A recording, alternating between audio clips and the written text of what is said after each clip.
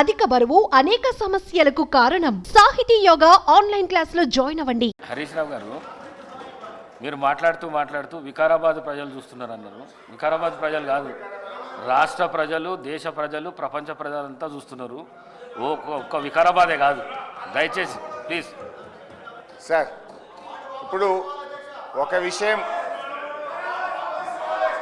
అవును, ఈ సభ జరుగుతున్న తీరును రాష్ట్ర ప్రజలు, సిద్దిపేట ప్రజలు, వికారాబాద్ ప్రజలు, దేశ ప్రజలు అందరూ చూస్తున్నారు. సభలో జరుగుతున్న తీరును ప్రజలు గమనిస్తున్నారు. రైట్. అధ్యక్ష, గౌరవ డిప్యూటీ స్పీకర్ గారు, గతంలో సభ ఎట్లా జరిగింది, ఇప్పుడు ఎట్లా జరిగింది అని ఒక్క నిమిషం. I'm quoting rules book. Deputy CM, అదే సారీ, సీఎం అవుతారేమో ఫ్యూచర్లో, మంచిదే కదా. We want him to become a CM. అయితే అధ్యక్ష, గారు మీరు మాట్లాడుతూ డిప్యూటీ స్పీకర్ అన్నారు. డిప్యూటీ స్పీకర్ కాదు, డిప్యూటీ సీఎం అని. ఓకే, గౌరవ డిప్యూటీ సీఎం గారు, ఇంతకుముందు వారు డిప్యూటీ స్పీకర్ గా పనిచేసినారు. మాకు పాత మిత్రబంధం ఉంది వారికి నాకు.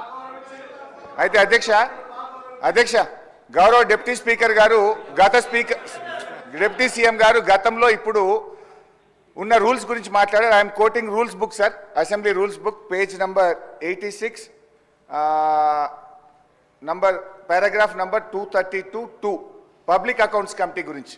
The committee shall have the power to indicate in the proposed time table the different hours at which the various stages of bills and other business shall be completed.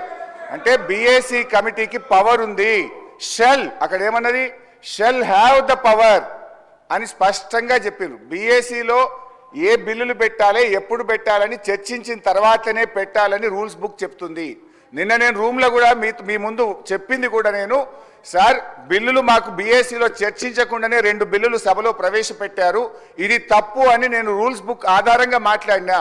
నేను rule మాట్లాడినా కానీ బట్టి గారేమో లేని ఆవేశం తెచ్చుకొని కాంగ్రెస్ పార్టీ చేసిన అప్పులు బయటపడుతున్నాయని చెప్పి సభను తప్పుదో పట్టించడానికి వారు ఉపన్యాసం చేశారు.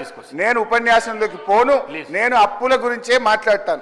గౌరవ బట్టి విక్రమార్క గారు చెప్పిన లెక్క ప్రకారంగా 1,27,208 కోట్ల రూపాయలు ఏడాది కాలంలో కాంగ్రెస్ ప్రభుత్వం అప్పు చేసింది. 1,27,000 అంటే 5 ఏళ్లలో లెక్క పెడితే ఇది 6,36,000 కోట్లు అవుతుంది.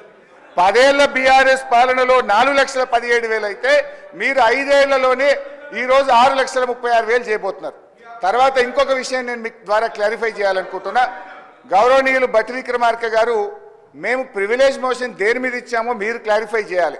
దాదాపు 20 మంది కాంగ్రెస్ బీఆర్ఎస్ ఎమ్మెల్యేలు అందరం మీ దగ్గరికి వచ్చి మేము ఇచ్చిన ప్రివిలేజ్ మోషన్ దేని మీద అధ్యక్ష మీరే చెప్పాలి.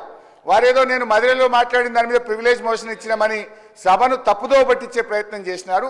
మేము ప్రివిలేజ్ మోషన్ ఇచ్చింది వాస్తవ అప్పులు 4,17 అయితే 7 లక్షల కోట్లు అని చెప్పి వీళ్ళు సభను తప్పుదో పట్టించారు. పోయిన బడ్జెట్ స్పీచ్లో తప్పుడు ఫిగర్ చెప్పారని చెప్పి గౌరవ ఉప ముఖ్యమంత్రి గారి మీద మీకు ప్రివిలేజ్ మోషన్ ఇచ్చాం. కానీ వారు ఇప్పటిదాకా ఏం మాట్లాడినరు, లేని ఆవేశం తెచ్చుకొని వ్యవసాయ కూలీలకు ఇయ్యద్దా, మీరు దాని మీద ప్రివిలేజ్ మోషన్ ఇస్తారా అన్నారు. తొందరగా ఈమనే మేము అడుగుతున్నాం.